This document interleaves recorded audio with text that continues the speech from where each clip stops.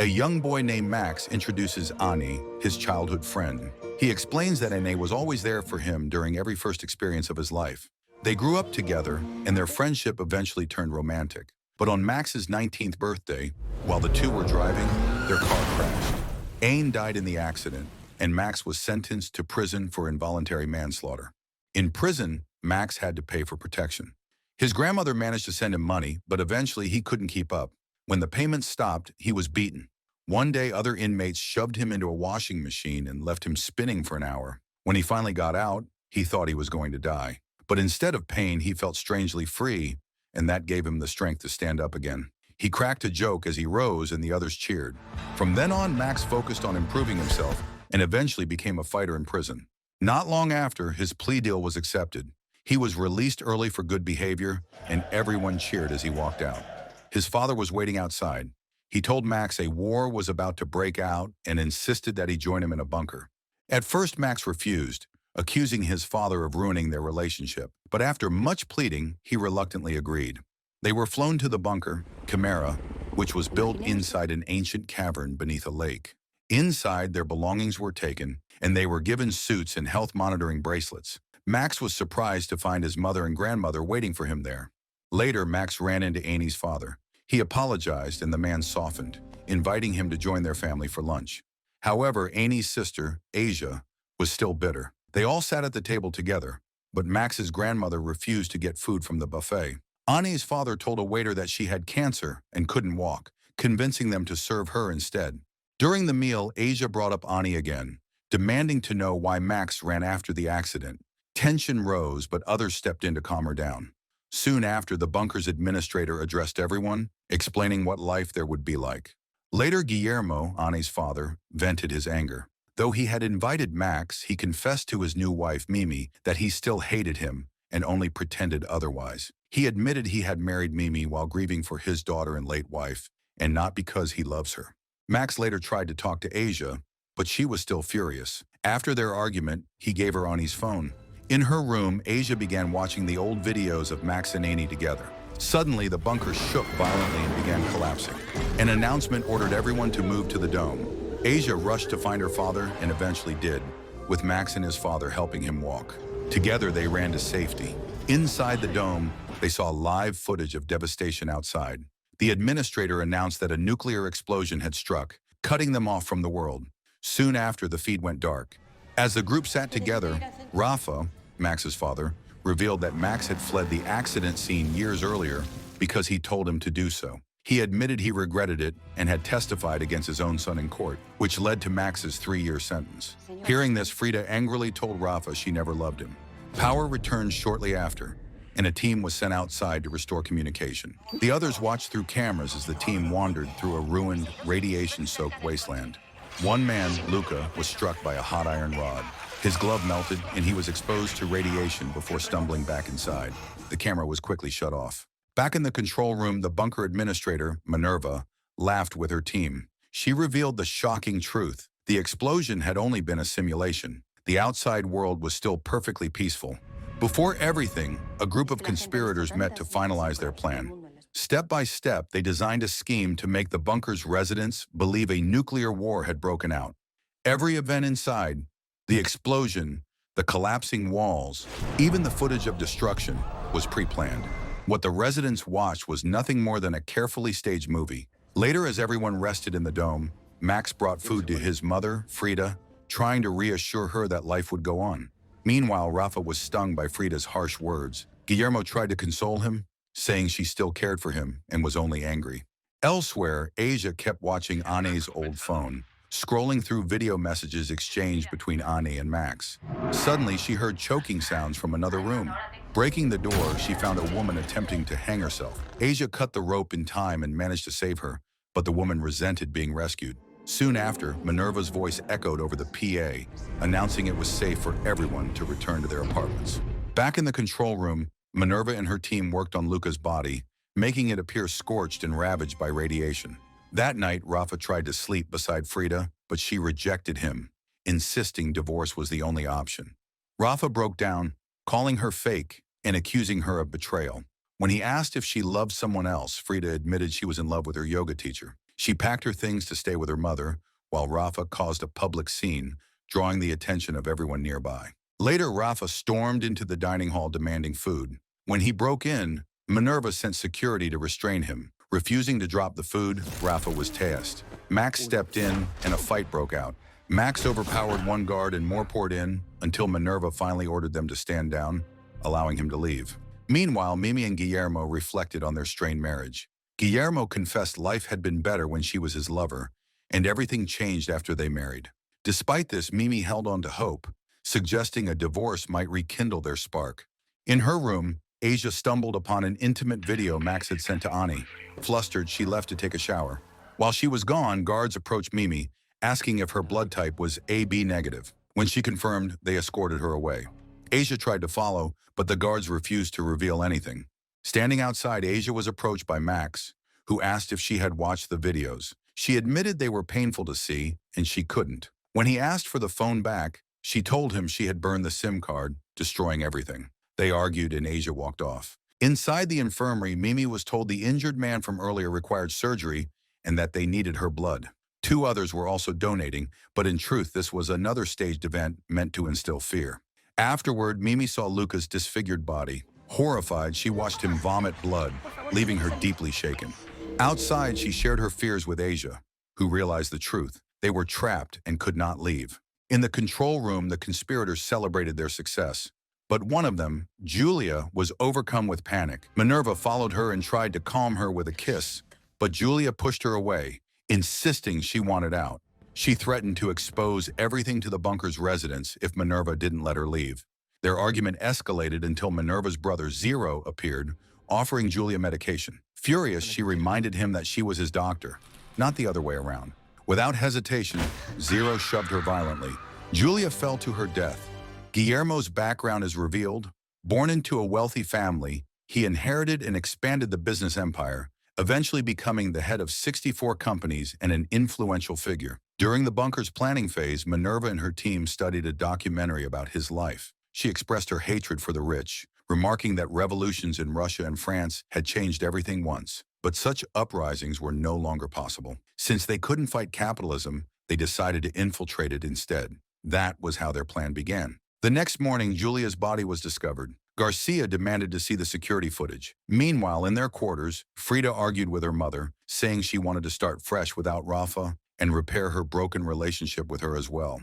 Garcia examined the footage. Despite the reality, the video appeared to show Julia jumping on her own, ending her life. In the cafeteria, Rafa struggled to find a seat since he was not allowed to sit at his family's assigned table anymore. Soon after, Minerva called an emergency meeting. She announced that Luca had died from radiation exposure and Julia had ended it for herself due to anxiety. She told the group their situation was no longer temporary. She revealed that food rationing had begun and publicly scolded Rafa for his outbursts. She also accused Max of fighting a guard and ordered him to return the taser he had taken. Later, Guillermo spoke about Ane. Asia, restless, tossed a spoon into the garbage chute. Curious, she asked a staff member where the waste went. He said it was a restricted area, but she pleaded, claiming she had accidentally thrown away her sister's bracelet. In a flashback, Garcia questioned how they could make so many people vanish without raising suspicion. Minerva explained her solution. Each person would send video messages saying they were away on a vacation. For anyone who pressed further, the bunker's AI, Roxanne, would handle the deception. Back in the bunker, Guillermo received an urgent call, but instead of answering, Roxanne mimicked his way of texting and responded. Asia and the staff member descended into the waste disposal area. When the compactor switched on, he urged her to leave, but she kept searching. Pretending to have found the bracelet, she finally left. Outside, the staff member confronted her. He had seen her pick up a phone. Asia confessed it was Anne's, which she had thrown away earlier because she couldn't stand Max's messages. Later, while Max was playing basketball, Minerva sent guards to retrieve the taser. Distracted by memories of Julia, she pulled Zero aside. He apologized, admitting he hadn't meant to push Julia and was stable on his medication. He asked if she wanted him removed from the project, but she refused. To comfort herself, she turned to Julia's simulation, which Zero had been refining for 5 years to perfectly replicate her. This was what made the footage that Garcia saw jump earlier. Meanwhile, guard Yako confronted Max about the taser. Max first lied that he had lost it, but when Yako threatened to send him to the basement, he showed it and suggested they play basketball for it. Yako countered with 10,000 punches. The fight began fiercely. Despite warnings from another guard, Yako pressed on. He overpowered Max at first, but Max delivered a decisive final blow, knocking Yako out. Yako was rushed to the infirmary with everyone scrambling to save him. Meanwhile, Asia confronted Max, asking what had happened. He admitted to the fight, but worried he might have killed someone. Asia noticed a bone protruding from his shoulder, the result of his final punch. In the infirmary, Yako's condition deteriorated. Some urged that he be sent outside the bunker, but Minerva refused, insisting no doctors could be brought in either. At the same time, Asia worked to reset Max's dislocated bone. After much struggle, she finally twisted it back into place. Minerva interrupted and dragged her to check on Yako instead. Examining him, Asia realized the problem and administered medication to raise his heart rate. Yako's heartbeat stabilized, and he opened his eyes. Meanwhile, Guillermo's phone continued to ring. The same man who had left a voice message now sent a video, stressing how urgent it was. He insisted Guillermo call him immediately, saying it was something they had been waiting 20 years to accomplish. Elsewhere, Minerva approached Max, accusing him of killing a man, only to say they had resurrected him. Max defended himself, saying it was self-defense, then demanded to know why the bunker felt so much like a prison. Without answering, Minerva took the taser, declared that weapons weren't allowed, and shocked him until he collapsed. She then ordered staff to stitch him up. Meanwhile, the residents were brought to the highest level of the bunker and seated at desks. With the antennas damaged, they were instructed to use auxiliary transmitters to send distress signals. Each person was given a radio. Rafa attended a group therapy session where he described how talking to Roxanne in the mornings felt eerily similar to conversations with his wife. He confessed that even before she left, he had been alone all along. When it was Guillermo's turn, he expressed regret about betraying a friend. He told Rafa that he was the only true friend he had left and recalled how he had once begged Rafa to testify against his son, and Rafa had done it. Guillermo said he would never forget, and the two men embraced. Elsewhere, Frida's mother pretended she had overheard French on the radio. She summoned a French speaker, but her real motive was to make him sit close to Frida and herself with Mimi. Sitting together, she opened up about her struggles and then steered the conversation toward Guillermo, hinting at his feelings for Mimi. Their chat turned flirtatious, but Mimi's attention shifted when she overheard a distress call from an aircraft. Garcia took over the radio, attempting to respond. Unbeknownst to them, it was another stage performance by Minerva's team, meant to heighten fear and reinforce the illusion of danger. Later, Rafa met a woman named Elena in the massage room. She asked him for medicine to ease her stress, and Guillermo invited her to join him at the bar, clearly setting Rafa up with her. Elsewhere, Asia treated Max's wounds. As he looked at her, he kept seeing Annie, since Asia repeated phrases lifted from Annie's old recordings. As Asia began stitching, the tension grew unbearable for her. She stormed out, unable to continue. Meanwhile, Guillermo's friend Oswaldo sent another urgent message, threatening to come find him if he didn't respond. To buy time, Minerva devised a plan: create a virtual replica of Guillermo to handle the call. When the video call began, the replica explained away Guillermo's silence by claiming it was late in the Philippines. Oswaldo revealed that Orduna had finally agreed to sell. Lacking an immediate response, the team faked a network glitch while Roxanne gathered data. Once restored, the conversation resumed enthusiastically. But when Oswaldo pressed Guillermo to sign within a day, they decided to change tactics. The replica spoke of a failing marriage, then claimed Guillermo wanted to sell everything and build schools in poor countries. Shocked, Oswaldo told him to forget what he just said. He then revealed something Roxanne couldn't anticipate. Panicked, the team cut the call. Later, Max confronted Asia about abandoning him mid-treatment. She lashed out, calling him a monster who had ruined her family's life. She said she hated him, yet as she was speaking those words, she was fantasizing about kissing him. Fighting the impulse, she walked away after delivering her cruel words. The team continued trying to decipher Oswaldo's message. He had mentioned BJ3, but Roxanne couldn't determine what it meant. Under stress, Minerva remembered her past. At age 12, she went to pick up her younger brother Zero, who was being bullied. Furious after seeing an R scrawled on his uniform, she attacked his tormentors. Back home, they discovered their mother had abandoned them, leaving a note saying she couldn't be a mother. Social services tried to separate them because of Zero's disorder, but the siblings sabotaged the worker's car, ensuring they stayed together. Misfits in every environment, they poured themselves into education, earning degree after degree. Despite Minerva's well-paying job, she realized the rich always gain more. While corporations made billions, she barely earned thousands. That was when she decided to build a bunker and make the wealthy pay for it. In the present, Roxanne uncovered a possible lead. Anne once called Guillermo's horse BJ, but Zero doubted Oswaldo was referring to a horse, since they were discussing a 1.4 billion euro deal, not a 40 million euro animal. Still, Minerva suggested Orduno might want to humiliate Guillermo by taking his prized horse. Unsure, they decided to risk answering Oswaldo's call. The Guillermo replica pretended to be offended by the suggestion of selling the horse, only to discover that was exactly what Oswaldo meant. Relieved, they played along, and Guillermo agreed. Oswaldo asked about the horse's passport and the safe's combination. The replica told him to call again from home the next day, then ended the call. At the bar, Guillermo, Rafa, Elena, and a staff member, Ingrid, celebrated with champagne. Secretly, Ingrid was trying to gain his trust and extract the safe's combination. Meanwhile, Max discovered an earpiece Jaco had dropped during their fight. Slipping it on, he overheard Rafa and the others, but the surveillance team quickly cut the audio. A staff member confiscated it and escorted him to the infirmary. While treating Jaco, Asia was surprised when he asked her out to thank her for saving his life. Later, Asia encountered Tirso, the staffer who had helped her retrieve Ani's phone. Emotional, she asked him for a hug. Minerva watched from the surveillance room, observing every move. Back in the bar, Ingrid drew Guillermo into conversation, while Rafa bonded with Elena. Suddenly, Max pounded on the door, and Rafa let him in. Max, suspicious, realized their bracelets contained microphones. He demanded a drink, and when staffer Cindy arrived, Guillermo left with Ingrid. She lured him to the director's office, offering him a hidden drink and pushing the conversation further. Elsewhere, Frida told Mimi she had seen Guillermo with Ingrid. Curtains drawn, looking intimate. Mimi, upset, decided to confront him. Frida and her mother followed, and Ingrid was warned they were on their way.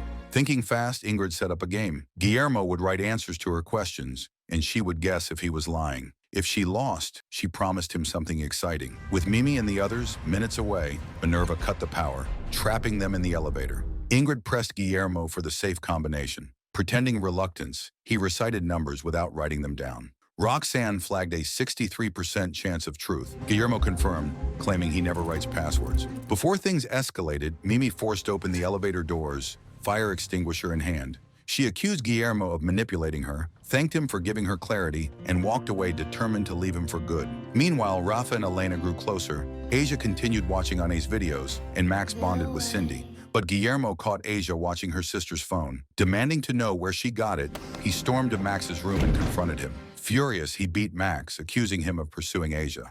Frida intervened, striking Guillermo with a vase. Bleeding, Guillermo apologized to her. In a shocking twist, Frida embraced and kissed him, revealing that he was the man she loved. Now both free from their marriages, she suggested they be together. The team gathered to discuss their next steps. Garcia argued it was unnecessary to keep pushing and suggested simply telling Oswaldo that Guillermo didn't want to sell his daughter's horse. Minerva disagreed. Their first option would be to crack the safe. If that failed, Plan B would be to feign Guillermo's anger at the suggestion of selling the horse. If Plan A succeeded, they could move on to their larger scheme, making major financial decisions in Guillermo's name, then slowly extending that control to others as well. Meanwhile, Mimi, feeling nauseous, was haunted by flashbacks of Guillermo. She took the elevator down to the dome. Elsewhere, Asia approached Max to apologize.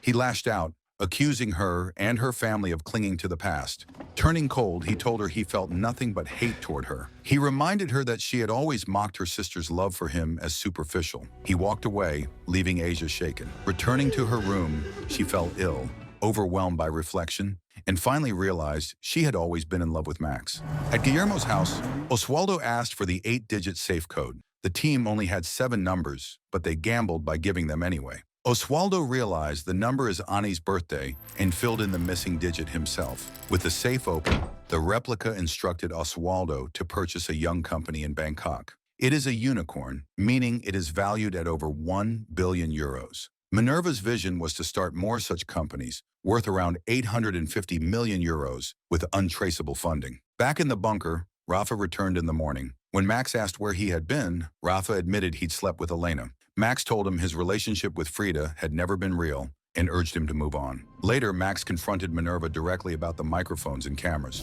She defended the surveillance, saying no one knew how long they would be trapped and order had to be maintained. As she spoke, Max discreetly hooked his foot on a plug and pulled it, knocking her laptop to the ground. While she was distracted, he swiped a book from the shelf. Down in the dome, Mimi grew worse. Feeling suffocated, she tore at her clothes and collapsed, unable to breathe. At the same time, Frida and Guillermo were together, growing more intimate. In her room, Asia crawled under her bed, gasping for breath. Back at the dome, Mimi tried to stand but couldn't. Later, Frida asked Guillermo to apologize to Max. After Guillermo left, she called Ingrid over for a massage but then confronted her. Accusing Ingrid of being with Guillermo, she threatened to smash her head with a fire extinguisher if she didn't stay away. Guards noticed a television switched on in the dome and then spotted Mimi lying on the floor. Minerva rushed to her with Jaco, then informed Asia. In the infirmary, Asia relayed Mimi's symptoms to Roxanne for diagnosis. The AI listed 76 possible illnesses. Asia provided blood and urine samples, and Roxanne finally narrowed it down: hepatic encephalopathy. Asia was stunned. She asked about dialysis, but Roxanne confirmed there was no machine and no other alternatives. Soon, Guillermo arrived. Asia told him Mimi's liver was failing. Antibiotics might buy time, but if her body didn't respond, she would die within 72 hours. Guillermo later apologized to Max for beating him earlier. Understanding the pressure he was under, Max forgave him. Guillermo confided his fear of losing Mimi, and Max reassured him they would find a way. He then approached Asia, who was sitting on the floor, and quietly asked her to walk with him. Max and Asia slipped away to a private spot. Max pulled out a stack of cards, each with messages written on them, telling her to play along because they were being listened to. He discreetly pointed to the bracelet, signaling where the microphone was. On the cards, he explained that he had asked Minerva about going outside to get a dialysis machine, but she had refused. Out loud, however, they staged a conversation as if they were confessing their love, pretending to finally give in to their feelings. The guards monitoring the audio were convinced the two were romantically involved, not conspiring. Secretly, Max suggested disabling the security system first, then shutting down Roxanne. They agreed to meet in an hour, with Asia tasked to bring surgical tape and a Bluetooth speaker. Jaco, listening in, grew furious. He thought he had Asia under control. Later, Asia checked on Mimi, who seemed a little better. Victoria, Frida's mother, asked if Mimi could come home with her, insisting her personal nurse, Antonio, was skilled enough to care for her. Meanwhile, Guillermo's replica contacted Oswaldo about the new investment. Oswaldo was skeptical, calling it just another startup, but didn't suspect anything unusual. Guillermo instructed him to begin negotiations at 720 million euros, not exceeding 850 million euros. Then the call ended. Max went to Rafa, warning him that Asia would be coming to his room and asking him to stay quiet about it, especially to Guillermo. In return, Rafa shared a secret he had never told his son. After Ane's death, Guillermo confronted him about arriving at the crash site so quickly. Rafa admitted he had been following Max that night because Max was drunk and it was raining. By the time he arrived, Ane was already dead. Guillermo then pressured Rafa to testify against Max. When Rafa refused, Guillermo threatened to have Max killed. Shocked, Max asked how his father could remain friends with someone who threatened his son. Rafa insisted it was complicated. Max admitted he had stopped trusting him after the trial, but at least now he finally understood why. Elsewhere, Victoria comforted Mimi by offering her a cigarette, then applied a morphine patch to her neck. While playing basketball, Guillermo confided in Frida. He said his priorities were his daughter first, then friendship, then love, meaning he couldn't go public with their relationship for Rafa's sake. Disappointed, Frida kissed him and told him it would be the last time unless he changed his priorities. Back in Max's room, Asia joined him. To fool Roxanne, Max turned on loud music, pretending they were about to be intimate. Beneath the cover of noise, he shared his plan to reach the surface and get the dialysis machine. Asia confessed that when she said she hated him, she hadn't meant it. Max then revealed he had once found an emergency exit in the ceiling. All they needed was a distraction to reach the staircase. Asia replied that she knew how to make a bomb. Together, they began discussing how to shut down Roxanne, though Asia grew increasingly distracted by Max's closeness. Elsewhere, Frida called Jaco aside to discuss his fight with Max. She asked him to apologize, but their conversation escalated into intimacy. Meanwhile, Oswaldo visited the startup office for the investment. Finding it generic, he called Guillermo to complain it looked like every other small company. He revealed they wouldn't buy it. Someone else had already made a better offer. The buyer was Luca, the guard everyone believed had died and been removed from the bunker. At the same time, Max and Asia drilled into Roxanne's system, finally disabling it. Communication between Guillermo and Oswaldo was abruptly cut. On Oswaldo's screen, Roxanne's name appeared, leaving him baffled about who or what Roxanne was. Oswaldo called Guillermo and left a message telling him he was returning to Spain. He no longer wanted to stay involved. Meanwhile, Max and Asia carefully covered the hole they had drilled. When Roxanne came back online, the AI didn't detect any faulty connections. Guillermo's replica, later called Oswaldo, asking if he was truly leaving. Oswaldo replied that they would find another unicorn, but the replica insisted he had already booked a suite and that Oswaldo could meet the CEO tomorrow. Reluctantly, Oswaldo agreed. Elsewhere, Max confronted Jaco, threatening him for asking Asia on a date. Jaco provoked him by admitting he had slept with Frida. Furious, Max fought him, giving Asia a chance to quietly take something from the table. Afterward, Max confronted his mother. He accused her of Jaco, then revealed he knew about Guillermo. He lashed out, calling her selfish and a liar, like her own mother. Shaken, she was left distraught as Max walked away. Heartbroken, Max broke down in front of Asia, who held him to comfort him.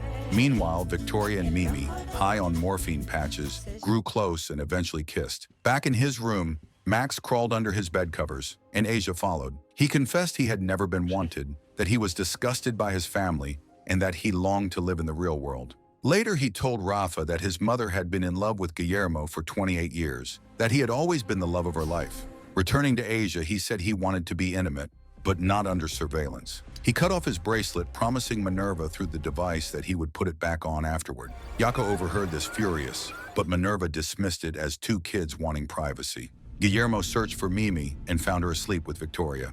Enraged, he stormed to Rafa to tell him about what he saw. Rafa pretended like he didn't know about him and Frida and told Guillermo he wasn't over Frida, urging him to talk to her since he was her best friend. Guillermo confronted Frida about being intimate with Jaco. She headbutted him, breaking his nose, and told him he had no control over her. She demanded he confess his love for her publicly. Outside, Rafa waited for them. He then told Guillermo the truth. 10 minutes before his wife Martha died, she had learned of his affair, and that was why she ended her life. Rafa walked away, leaving Guillermo stunned. In Bangkok, Oswaldo dined at a restaurant and spotted Ingrid crying with another woman. Using a translator app, he overheard the woman pretending to be Ingrid's mother. Soon after, a man posing as her father arrived and led her away. Intrigued, Oswaldo followed Ingrid, offered to help, and the two went for drinks. At the club, they danced and grew closer, unaware that every patron was an actor. Back in the bunker, Asia told Tirso she was with Max now. Tirso didn't judge her but asked why she was with someone so violent. At that moment, Max appeared behind him and strangled him, while Asia injected him with a needle. Tirso collapsed. Asia disguised herself in his clothes and walked out. In Bangkok, Ingrid and Oswaldo went to her room and nearly got intimate, but she left suddenly after a phone call, giving him her Instagram before disappearing. The next morning, Oswaldo received a call from Guillermo's replica, urging him to close the deal immediately. Meanwhile, Max and Asia built their bomb. At the company office, Oswaldo prepared to sign the deal, but Luca appeared, offering 900 million euros. Determined, Oswaldo raised his bid and signed. Yet before the transfer was complete, Max and Asia disabled Roxanne, severing all communication. Despite the cut, the money reached their account. At that exact moment, the bomb exploded, creating chaos in the bunker. Max prepared to escape through the emergency exit. The bunker descended into disorder. Max and Asia coordinated quietly, but then Roxanne rebooted. Jaco stormed into Asia's room, finding her in bed sleeping with Tirso. Pulling a gun, he forced her to come with him. Meanwhile, as his plane was about to leave, Oswaldo saw the woman who was posing as Ingrid's mother on screen.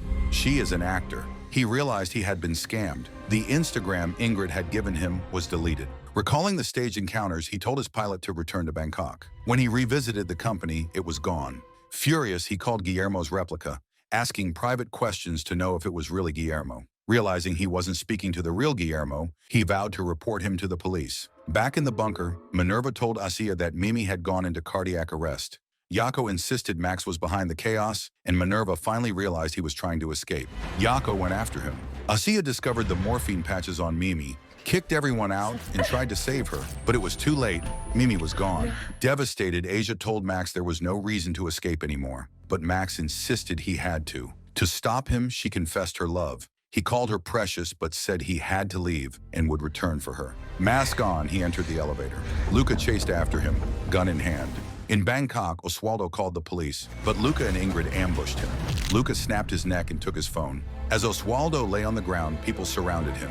Finally, Max reached the surface world.